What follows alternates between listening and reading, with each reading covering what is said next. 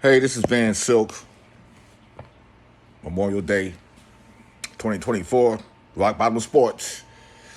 Sad to say, we lost an NBA great. I'm going to call him a great, even though he didn't play a lot of years because he had foot problems.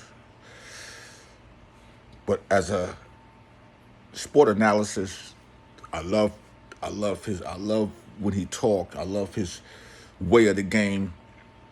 You know, he came from UCLA. His son played, Luke Walton, played for the Lakers. And I remember he was in Portland, and he was a gentle giant, man. I don't know him personally, but the great Bill Walton died today, 71 years old, cancer.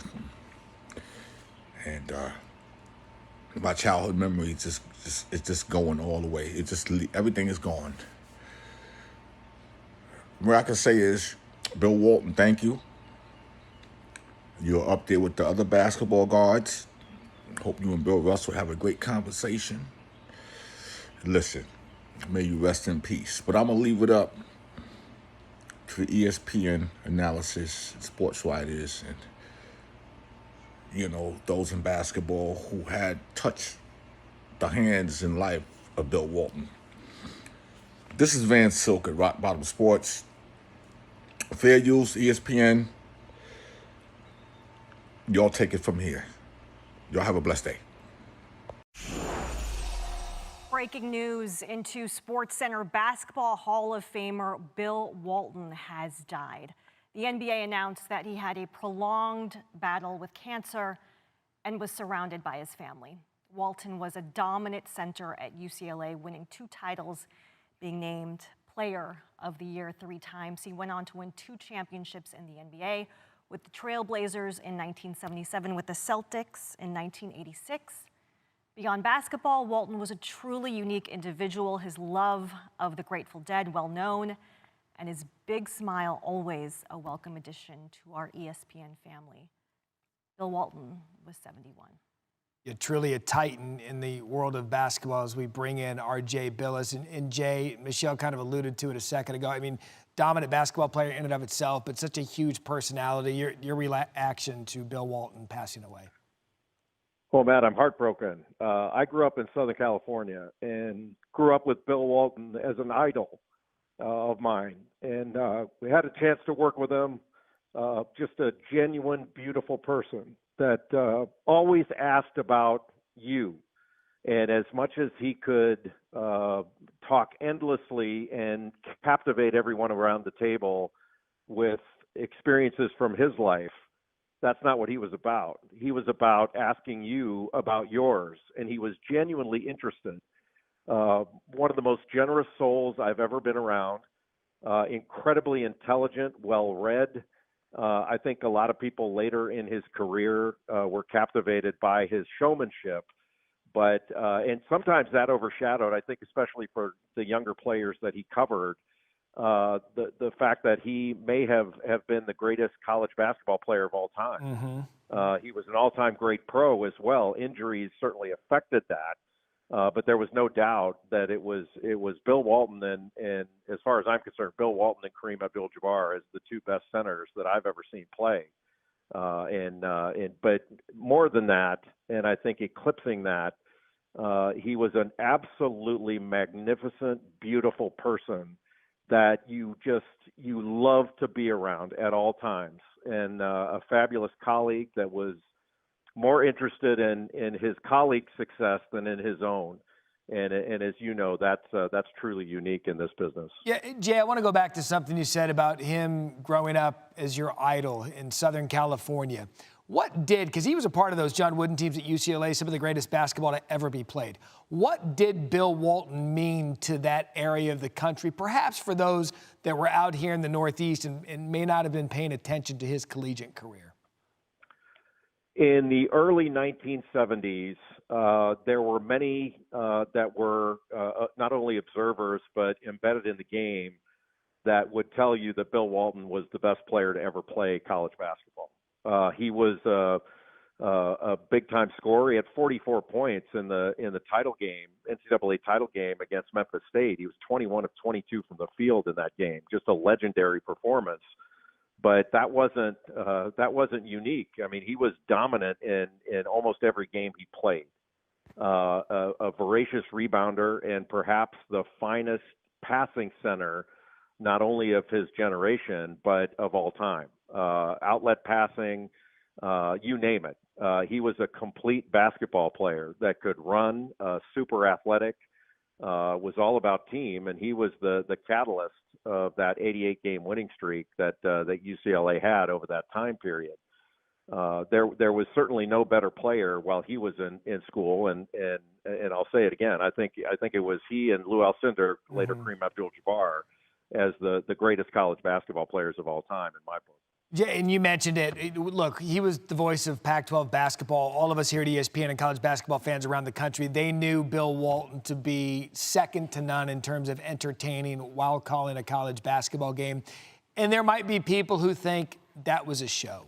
Take us behind the curtain with Bill Walton and the person and what he was like behind the scenes. Just a very sweet man that was very genuine. Always fun, and I mean that. He was always interested in you. So he wasn't the type that was going to sit down and talk about himself.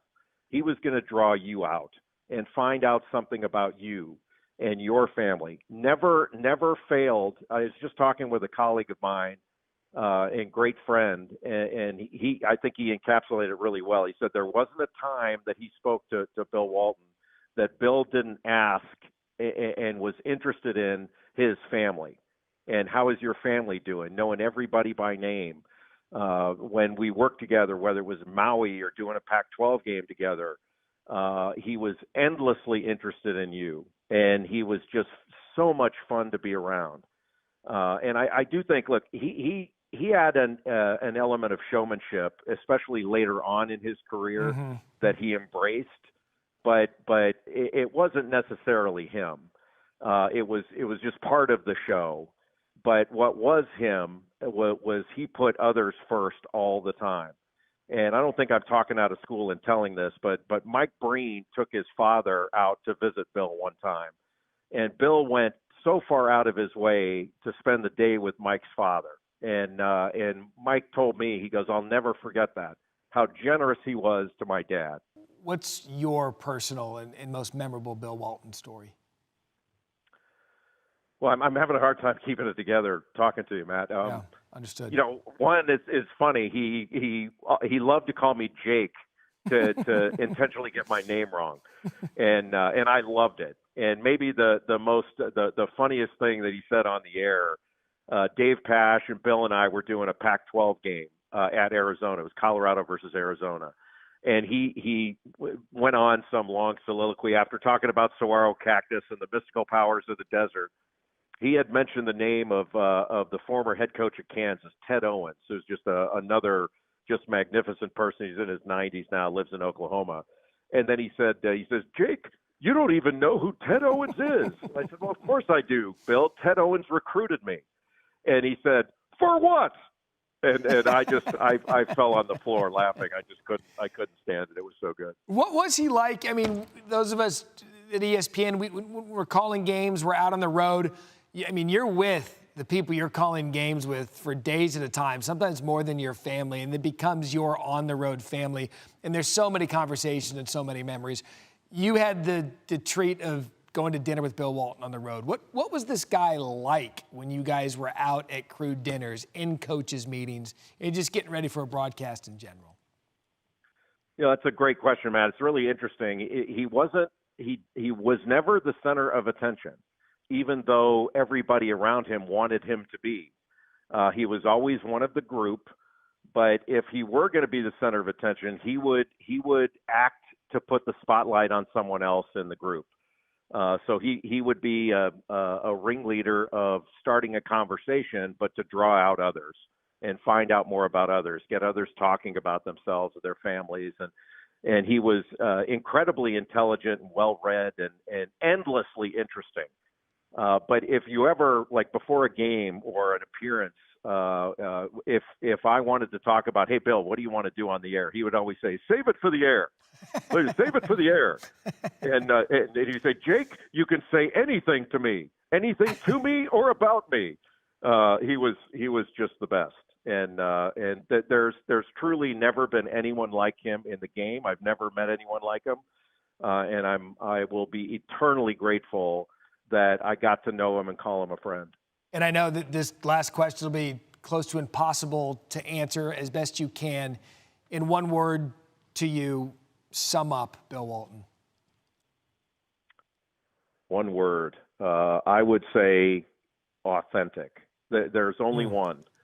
And I think you mentioned the name Bill Walton to anyone who knew him, and there will be an immediate smile, if not a laugh, about the kind of person he was and how meaningful he was to all of us and will remain to be.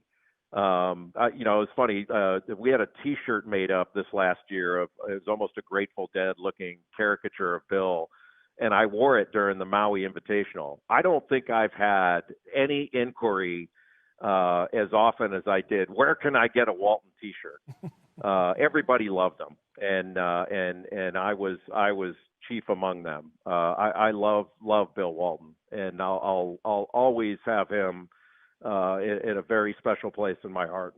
Did he ever dive in? You bring up the Grateful Dead. Everybody knows that about him. Did you ever dive into that with him? How that started, where it came from, and why it was such a passionate love of his?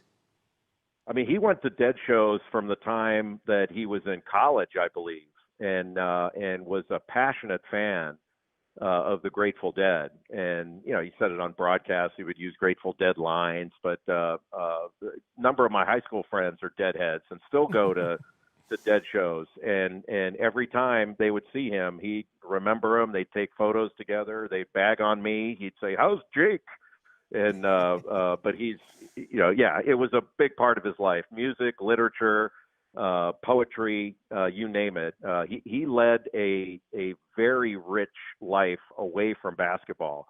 Basketball was how he was best known, but he was far more than a truly great Hall of Fame basketball player. He was a Hall of Fame, first ballot Hall of Fame human being. That goes back to your one word to describe him: authentic, one of a kind. Bill Walton, Jay Billis, thank you so much for perspective on your friendship and your relationship with him. A tough day for the world of basketball, and a tough day for us here at ESPN. Bill Walton has passed away at age 71 with his battle with cancer, and our thanks to Jay Billis for spending some time with us. And when you look at him and you talk about the impact he's had just in basketball in general. I grew up in the Pac-10, the now Pac-12, the now defunct Pac-12. Right. And every time I think of Bill Walton, I hear Conference of Champions, Conference of Champions. Of course, his time there at UCLA, his son Luke would go and play well at Arizona. To me, he symbolized the Pac-12, the conference I grew up with. I get to do a little bit of everything here at ESPN, and on one of the Warriors playoff runs not too long ago, Bill Walton was there, and you couldn't miss him, right? You couldn't miss him because of the physical stature, because of his personality. There was a warmth, I think, that emanated from him that you could feel from sort of across the room. And you could tell that the game had done a number on him, too. Yeah. He must have been in physical agony from the injuries, the surgeries that he had, but you wouldn't know it from his personality. He was a guy, you could tell he believed that he thought he was the luckiest guy in the world. Yeah, and I'll say this about Bill Walton is we remember his life here today on SportsCenter. He was one of those humans.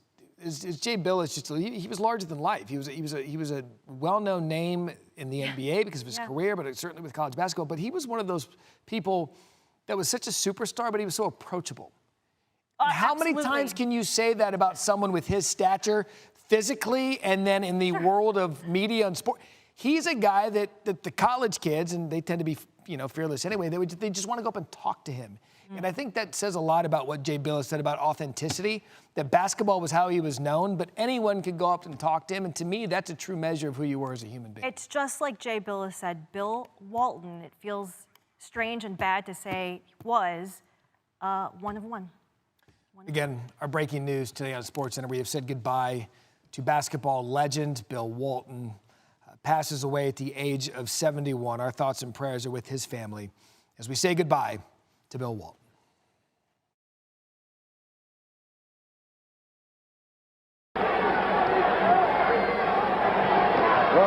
comes top of the screen, and Walton rolled off the pick beautifully.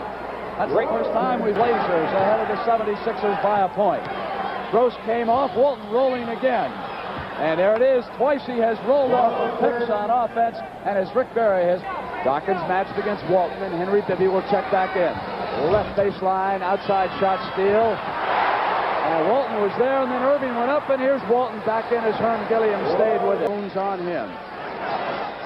Walton at the top of the circle, hits the first shot of the second half. And immediately Portland launches the ball. Here's Collins' fly pass. Walton had switched off on him, and again it was Bill Walton. Long passes to Johnny Davis, who slides to the basket. To Davis. Davis with that great quickness, turnaround on Collins. Walton keeps it alive, and there is that. For the ball, into the big redhead. Bill Walton against the franchise. Inside to Lucas, they burn him. Maurice Wilton to the left side. They bunch up, weak side, right side. Now they come there. Collins. And it was Walton going to the basket. On Johnny.